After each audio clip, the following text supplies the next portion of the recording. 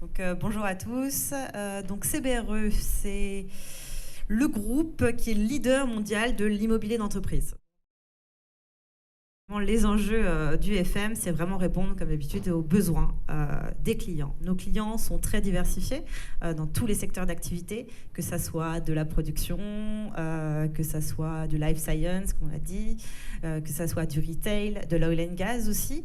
Et puis après, c'est des typologies de bâtiments très, très diversifiées. Donc l'objectif, c'est de répondre à leurs besoins, qui sont diverses, et aussi une grande flexibilité, agilité pour les comprendre et surtout être en avance sur leurs besoins.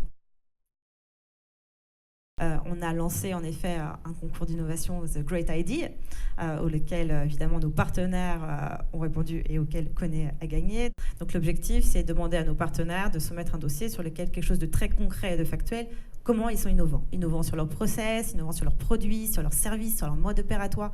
Tout est possible. Qu'est-ce qui est innovant pour apporter une valeur ajoutée pour nos clients? Et donc c'est comme ça que l'entreprise Kone, à travers son service connecté, qui est très factuel, tangible, avec un coût associé et autres, a pu remporter. Et donc vous avez eu l'opportunité après de la présenter lors du Preferred Supplier Event, où là c'était un salon interne à CBRE, auquel, à travers des stands, vous avez aussi pu présenter à nos opérationnels. Donc on présente 375 personnes opérationnelles partout en France qui ont pu comprendre vraiment la valeur ajoutée de travailler avec Kone pour la logique de proximité et de collaboration. Selon l'objectif, c'est de trouver le bon partenaire pour travailler pour le besoin de nos clients. Donc c'est-à-dire que là, on a deux cas très, très différents. Sur un site de production, on n'a pas le droit à l'erreur, on n'a pas le droit à la taux de panne, la sécurité est clé.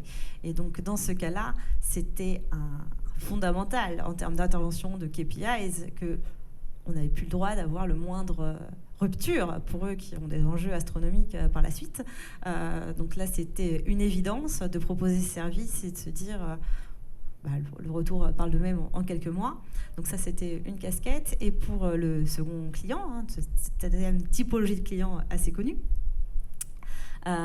l'objectif, c'est de se dire, OK, les utilisateurs, les collaborateurs, les clients qui sont présents sur ce siège, lorsqu'ils arrivent le matin, ils ne veulent pas être embêtés, ils ne veulent pas avoir ne serait-ce que se soucier d'autre chose que leur cœur de métier. Donc c'est-à-dire que c'est indispensable qu'il n'y ait pas de taux de panne par rapport aux ascenseurs. Et puis après, ils veulent que l'intégralité de leur journée par rapport aux machines à café, la propreté, tout se passe très bien. Donc là, c'était évident pour nous en tant que FM de se dire, on va mettre en place cette solution, voir le retour sur investissement. Le retour de nos clients, actuellement, je dirais...